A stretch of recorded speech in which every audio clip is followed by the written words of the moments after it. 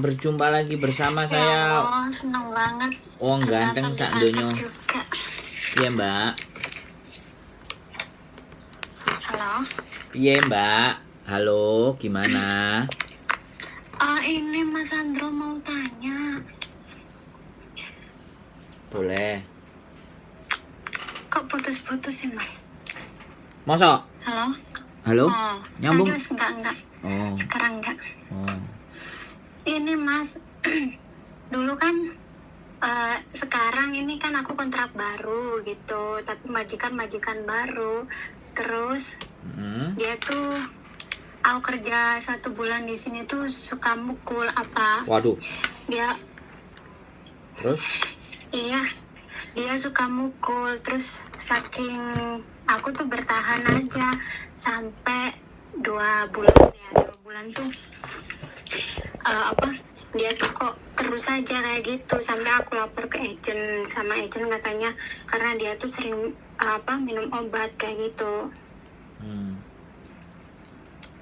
Terus aku bilang gini, kamu boleh marah-marah tapi kamu nggak boleh mukul. Aku membantu kamu tapi kamu nggak boleh mukul. Terus dia tuh ya sering minta maaf, kalau udah mukul tuh sering minta maaf gitu. Sampai aku bertahan sekarang tuh mau 4 bulan. Terus aku pikir-pikir kayak gini, ntar aku notice malah aku jelek di imigrasi kayak gitu. Terus kan aku mau notice, terus aku bilang aku mau pulang, terus diizinin pulang, diizinin cuti juga 1 bulan. Oh, sampean di Hongkong udah berapa lama? Aku di Hongkong udah 7 tahun. Wah, keren. 7 tahun 1 majikan, terus ini pindah kayak gitu. Terus ini nenekku yang dulu aku jaga 7 tahun itu minta kembali kayak gitu. Terus gimana nih akhirnya? Terus pertanyaannya ke saya gimana? Apa yang harus saya jawab nih?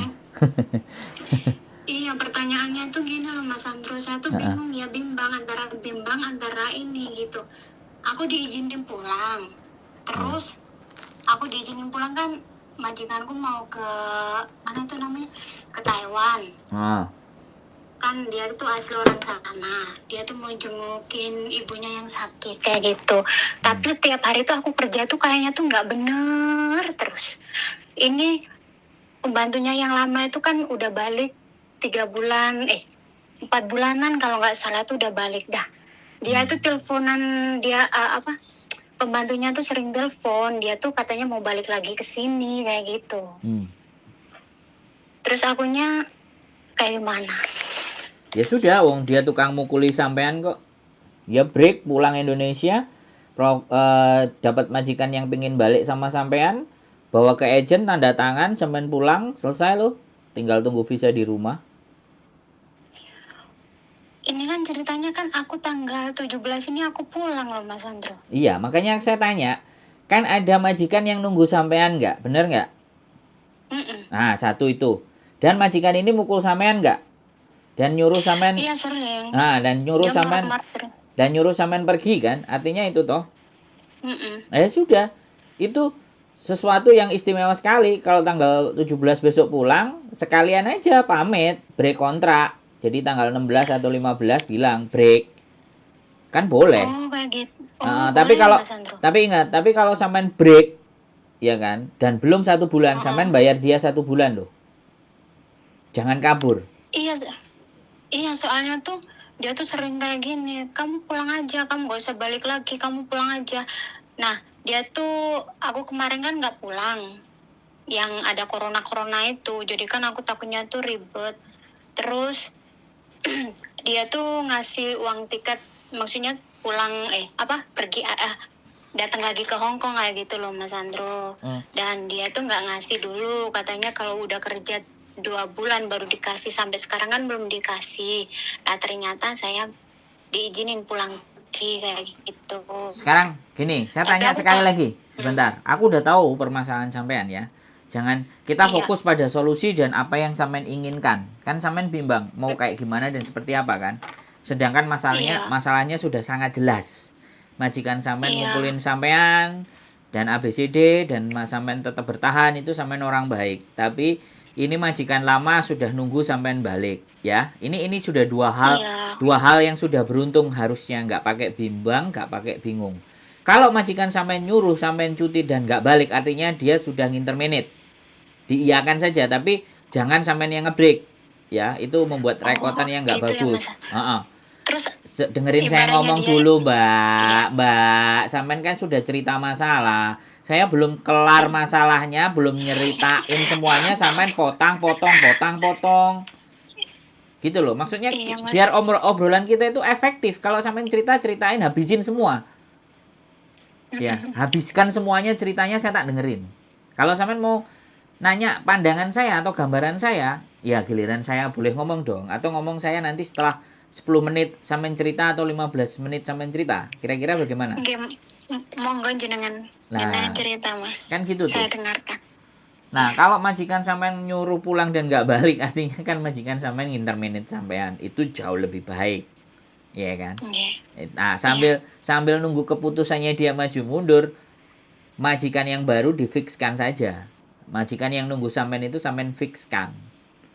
Jadi sampean pastikan majikan sampean mau nginterminate apa sampean yang ngebreak. Karena apapun ceritanya, kalau sampean tetap pulang ke Indonesia, mau break, mau interminate, dan rekod sampean 7 tahun itu tidak menjadi persoalan. Dan sampean sudah bawa majikan sendiri, artinya mau pulang Indonesia. Dan itu nilai. Itu yang nggak banyak teman-teman ngerti dan paham. Paham? Nah, saiki wis sampean ngomong. Ngono lho, nek aku mari ngomong tutuk sampean silahkan. Keberatannya apa? Enak. Jangan aku ngomong sampean langsung tugel kan yo nggak masuk gitu. Gimana sampean? Wes. Iya. Sekarang. Terus kalau dia nyuruh aku pulang nggak balik lagi, otomatis aku harus ngomong balikan aku ke agent kayak gitu ya, Mas? Ya. Sip. Status aku jangan digantung. Pastikan kamu nginterminate saya. Kelar. Enak itu. Iya. Terus aku dapat 1 bulan gaji atau aku bayar dia gitu? Yo, kalau sampean bayar dia itu kalau sampean yang kepingin pergi. Tapi kalau majikan nginterminate ya enggak no. Ya sampean dapat 1 bulan. Jadi dia nginterminate-nya 1 bulan, ngasih tahu hari ini, keluarnya bulan depan, sampean tetap 1 bulan gaji. Tapi kalau dia hari ini juga sampean keluar, hari ini juga sampean juga nerima 1 bulan gaji. Intinya kan gitu.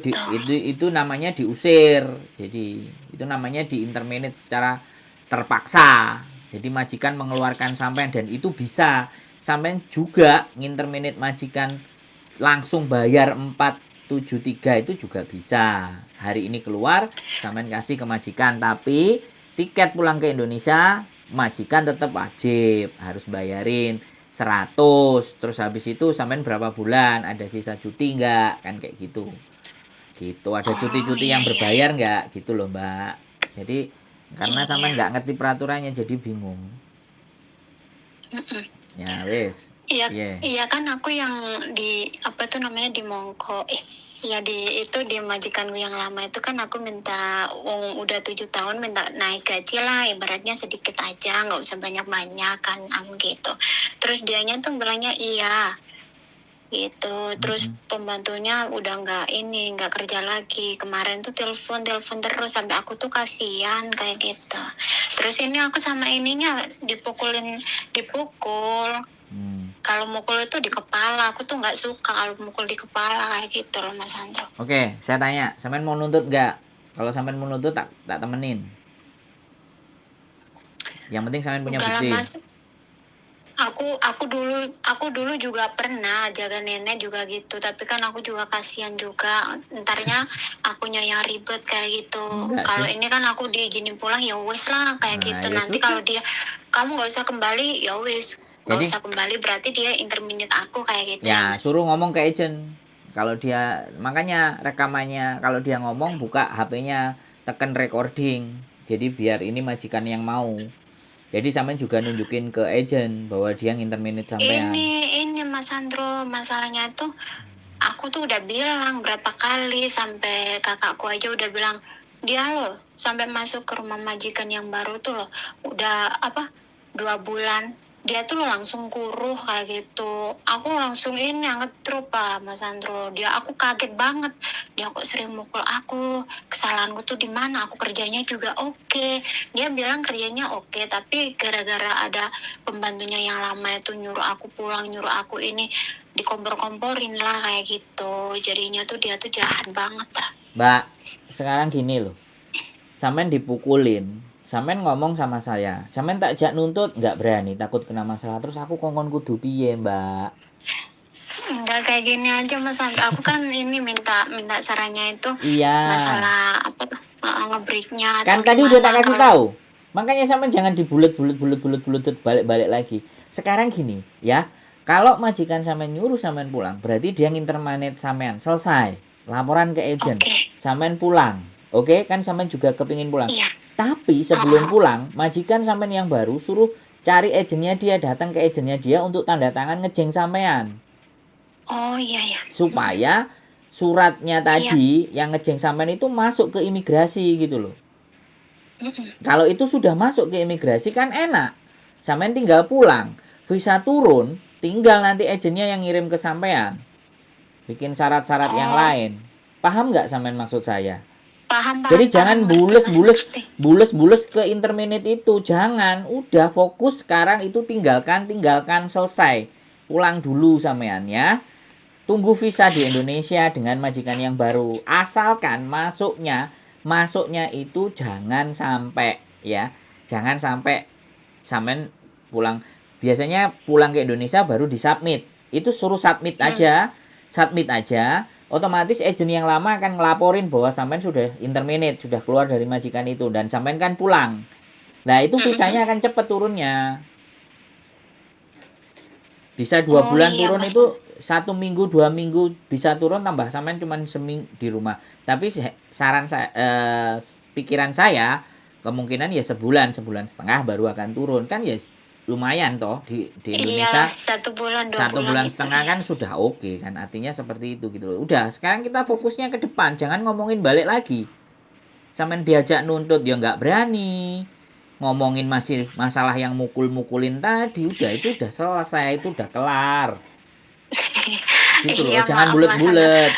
Ini kan aku gajiannya pun juga ditahan juga Mas Andro. Mbak, gitu. Oke, tak potong lagi. Gajian ditahan, duit paspor, duit tiket semuanya nggak dibayar semuanya. Iya. Kita bisa tuntut ke labor.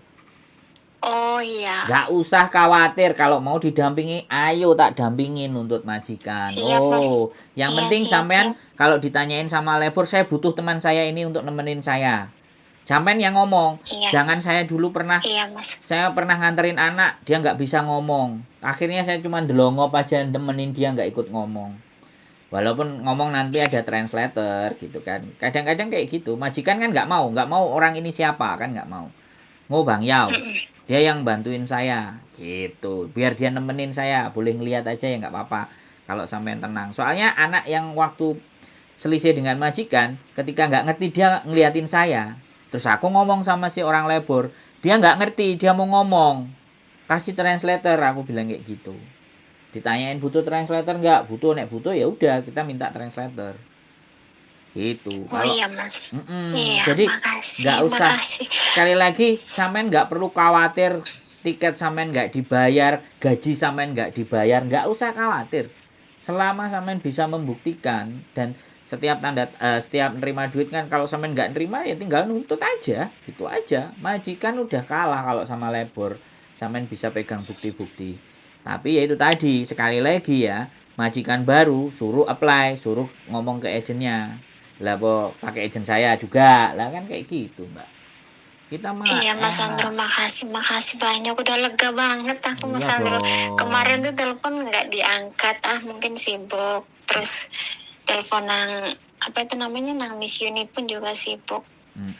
Siap, ya sabar. Alhamdulillah udah diangkat. Makasih banget loh Mas Andro ya. Gitu aja. Ada lagi yang mau dibahas? Enggak. Sudah ngerti? Enggak ada. Sudah tahu jalurnya? Udah, makasih banget, cuma mau tanya itu. Nanti kalau ada apa-apa kasih kabar lagi ya, kalau berhasil atau tidak. Siap. Ya, Assalamualaikum. Waalaikumsalam warahmatullahi wabarakatuh. Oke. Baik teman-teman semuanya. Ya, masih banyak teman-teman di luar sana yang kebingungan dan memahami peraturan, memahami kondisi, memahami apapun masih bingung. Karena memang ya sekali lagi kita nggak nyalain ya. Dia dipukul di bagian kepala, mengalami kekerasan fisik, psikisnya tertekan, sehingga untuk berpikir secara nalar dan logika itu pasti akan sedikitnya goyah, sedikitnya gangguan, terganggu.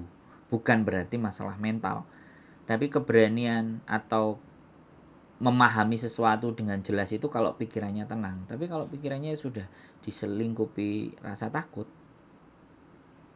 pasti siapapun manusianya, kalau rasa takut dan kekhawatirannya itu tinggi, yang pasti logikanya nggak bisa main. Pahami itu. Tidak semua orang itu berani dan bisa menghadapi. Ini yang harus digarisbawahi. Tidak bisa kita memaksa orang itu untuk harus berani, harus bisa. Tidak semuanya manusia bisa. Makanya konten-konten saya inilah yang ingin saya sampaikan, ingin saya tunjukkan, ingin saya bagikan ke teman-teman semuanya. Ketika terjadi kekhawatiran, ketakutan, kebingungan, minimalnya kalau ada yang diajak ngomong dan bisa dipercaya, itu paling penting. Sekali lagi, keep stay tune in my YouTube channel and see you next video. Bye-bye.